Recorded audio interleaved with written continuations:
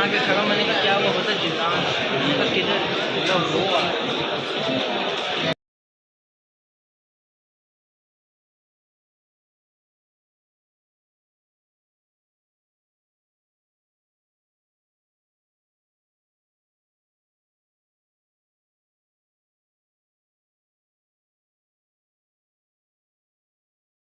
बिस्मिल्लाहिर्रहमानिर्रहीम, अस्सलाम वालेकुम नाज़रीन। मैं हूं साकिब बशीर। मेरे साथ मौजूद हैं शाहिद हुसैन, कराची से रिपोर्टर हैं, और ये ज़हीर अहमद केस जो है वो डे वन से कवर कर रहे हैं। बड़ी इन डेप्थ रिपोर्टिंग है इनकी, और आज की जो प्रोसीडिंग्स है, जो कार्रवाई है, उसके मुतल्लिक कुछ चीता चीता सवालात हैं, उनसे मुतल्लिक हमसे पूछेंगे। शाहिद भाई, आज ये बताएं कि जो ज़हीर अहमद केस है, आज क्या हुआ है, उसमें इंपॉर्टेंट डेवलपमेंट्स क्या हुई हैं? साकिब भाई, आपका बहुत शुक्रिया। देखिए, ट्रायल कोर्ट में जो कुछ हुआ है उससे थोड़ा-सा पहले अगर मैं आपको बताऊँ कि आज जो निकाह खान और गवाह जेल में थे, जिनकी ट्रायल कोर्ट से पहले ज़मानत मुस्तरद हुई थी, उनकी पहली हियरिंग थी दरख़्वास्त ज़मानत की सिंध हाई कोर्ट में। तो सिंध हाई कोर्ट में मुद्दई के वकील जो थे, उनकी जानिब से नकूल माँगी गई है उस दरख़्वास्त की, और उसके बाद फिर वकालतनामा मेहदी अली काज़मी साहब की तरफ से भी जमा कराया गया है। जो मुल्ज़िम के वकील थे, मुल्ज़मान के वकील थे, अब हैरानकुन तौर पर एक चीज़ और भी आपको बताऊँ कि जो मरकज़ी मुल्ज़मान हैं, मुझे लगता है कि ये वकील अपने खर्चे के ऊपर करके उन्होंने निकाह खान और गवाह को दिए हैं। यानी कि अखराजात मरकज़ी मुल्ज़िम ज़हीर और शब्बीर के होंगे, और वकील उन्होंने करके दिए हैं पैरवी के लिए। जो निकाह खान और गवाह जेल में हैं, उनकी दरख़्वास्त ज़मानत की समाअत होगी। तो उसमें अदालत ने जब तारीख देने की कोशिश की कि अब अगली तारीख पे आर्गुमेंट होंगे, तो फिर उनके वकील की तरफ से अदालत को बताया गया, देखें जी, 6 महीने की जो इनके जो जुर्म है, उसकी सज़ा है, और ये साढ़े 3 महीने जेल काट चुके हैं। तो लिहाज़ा ये केस फिर फौरी सुना जाए और उनको ज़मानत दी जाए। तो अदालत ने उनको कहा है, देखें जी, अब ज़ाहिर है, आपको पता है जिस तरह कानूनी तरीक़ाकार है कि वुकला को दरख़्वास्त की कॉपी दी जाती है, वकालतनामा जमा कराया जाता है, उसके बाद ही फिर दलाइल होते हैं। तो अदालत ने कहा कि अगली डेट पे हम सुन लेंगे, देखेंगे, जो भी होगा फिर उस पे फ़ैसला कर देंगे। इनकी ट्रायल कोर्ट से ज़मानत पहले मुस्तरद हो चुकी है, चूँकि इस केस में 364 ए लगा हुआ है। तो यानी कि बदफ़ेली की नियत से किसी बच्चे को अगवा करना, और इसी बुनियाद से ही जो है वो इनकी ज़मानत मुस्तरद हुई थी, जब ये चालान उस वक़्त नहीं आया था। लेकिन अब मतलब चालान में 364 ए अब भी शामिल है, और चालान मंज़ूर भी हो गया है। तो अब अंदाज़ा लगा सकते हैं कि हाई कोर्ट से इनकी ज़मानत होती है या नहीं होती। फिर अब आते हैं ट्रायल कोर्ट के ऊपर। ट्रायल कोर्ट में मुल्ज़िम ज़हीर और शब्बीर को आज एक बार फिर पेश किया गया था। अदालत ने सबसे पहले चालान मंज़ूर किया है, और चालान मंज़ूर करने के ऊपर भी काफ़ी तवील तरीन दलाइल हुए।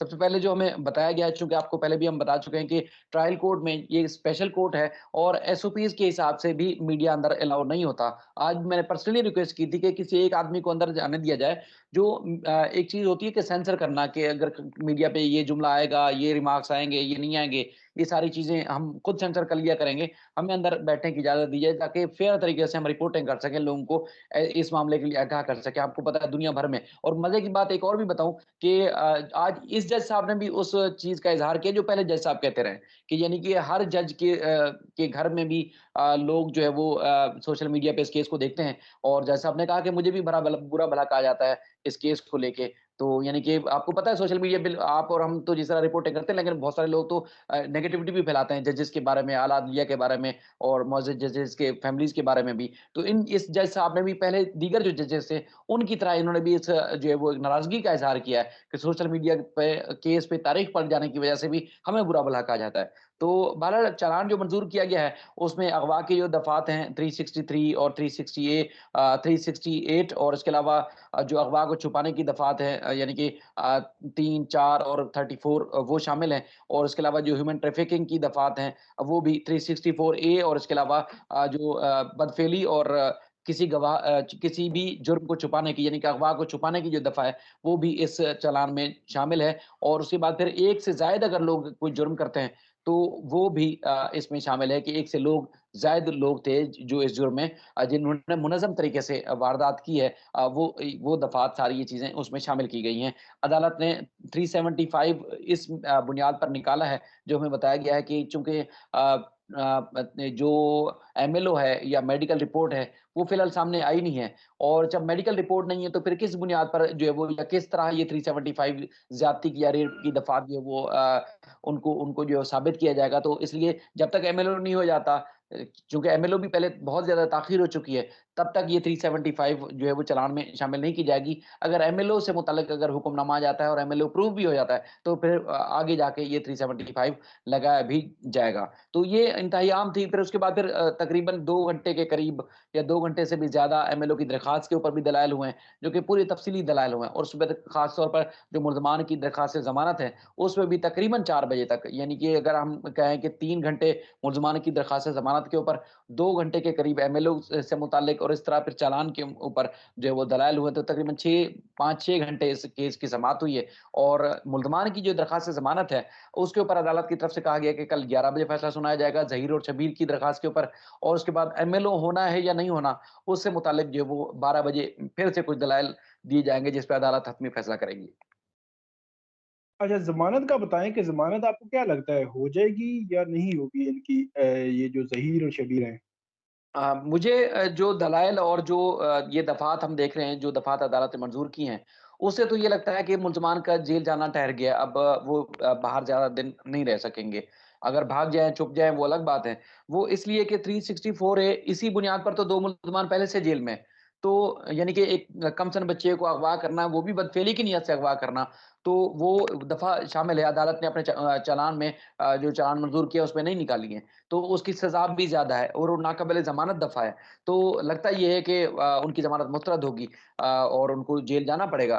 काफ़ी अर्से से वो कराची में हैं, पुलिस की सिक्योरिटी में आते हैं, प्रोटोकॉल में आते हैं, लेकिन इनको अब लगता है कि इनको जेल जाना पड़ेगा।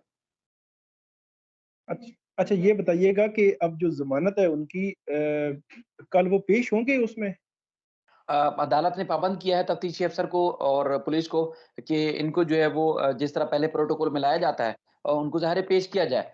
अब अगर पुलिस पेश नहीं भी करती या पुलिस अगर उनको चूँकि वो अलग से तो नहीं रह रहा ना, अक्सर ये होता है कि ट्रायल कोर्ट से बेल डिसमिस होती है, मुल्ज़िम की सुनगुन होती है, तो मुल्ज़िम वहाँ से फरार हो जाता है, फिर अगली फ़ोरम पे चला जाता है, यानी कि हाई कोर्ट या सुप्रीम कोर्ट चला जाता है, वहाँ से ज जाके अबूरी ज़मानत ले लेता है।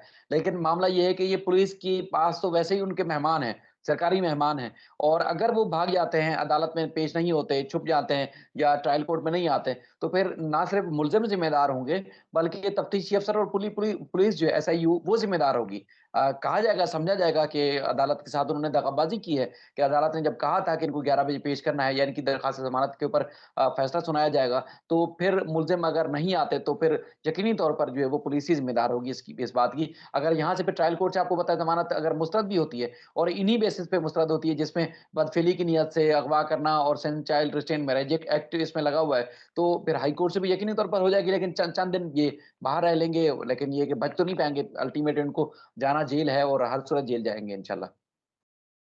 बहुत शुक्रिया शाहिद भाई, आपने तफ़सीलात जो है वो हमारे साथ शेयर की। कल भी हम कोशिश करेंगे कि आपसे कुछ डिटेल्स इस हवाले से जो है वो लें और नाज़रीन आइंदा भी हम आपको अपडेट करते रहेंगे। आप हमारे साथ रहिएगा और इस केस से मुतल्लिक़ ख़ास तौर पर शाहिद भाई हमें मतलब जो भी इन्फॉर्मेशन भेजते हैं हम आपको अपडेट करते हैं। आप इस पे फ़ीडबैक ज़रूर दीजिएगा। बहुत शुक्रिया।